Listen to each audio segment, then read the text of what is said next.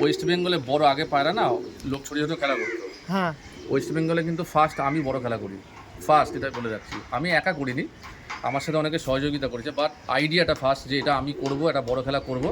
যেরকম কিন্তু বাইরের একার দ্বারা বাইরের কোনোদিন স্টেটে সম্ভব হয়ে হয় না। থাকে। হ্যাঁ সবার সহযোগিতা লাগে। একদম। সোমনাথ হালদারদা সহযোগিতা করেছে, আনন্দদা সহযোগিতা করেছে, প্রীতম ধরদা সহযোগিতা করেছে, এরকম অনেকে মিলে সহযোগিতা করেছে। আরও অনেকে ছিল, সুভাষিস দা, রাজুদা আছে, আরও বেহালা অনেকেই ছিল, হ্যাঁ সব ক্যালকাটার সম্মানীয় অনেকে ছিল। ব্যক্তি আছে। সবাই মিলে সাপোর্ট করেছে বলে হয়েছে।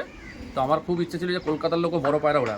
তো Yes, yes. অনেকে আবার এটা অবজেকশনও করেছিল যে এত পায়রা লোক ওড়াতে পারবে না কলকাতায়। বাট আমরা ফার্স্ট বলেছিলাম যে ফার্স্ট বোধহয় 8 জন বা 10 জন উড়িয়েছিল।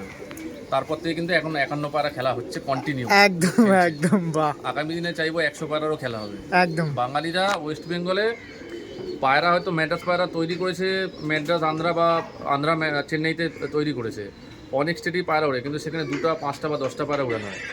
দিল্লি বড় খেলা করতো, এখন আমাদের ওয়েস্ট বেঙ্গল করে। বাট পায়রা বেশি টাইমিংয়ের দিকে কিন্তু ওয়েস্ট বেঙ্গলের রেকর্ড সবসময় বেশি, সবসময়। সব সময়, বাহ। আর রিসেন্ট কিছু বছর আকাশ পুকুরি আন্ধ্রায় খুব ভালো টাইমিংয়ে পায়রা ওড়াচ্ছে, অল ইন্ডিয়াটা খেলছে, ভালো টাইমিং করছে, ভালো ওড়াচ্ছে, বাহ, দেখুন ধারাবাহিকতা ভালো আছে উড়ানের। তো সেই বিশেষত কারণের জন্য সেটআপটা একটু বড় করেছে, মানে জাল ঘরটা।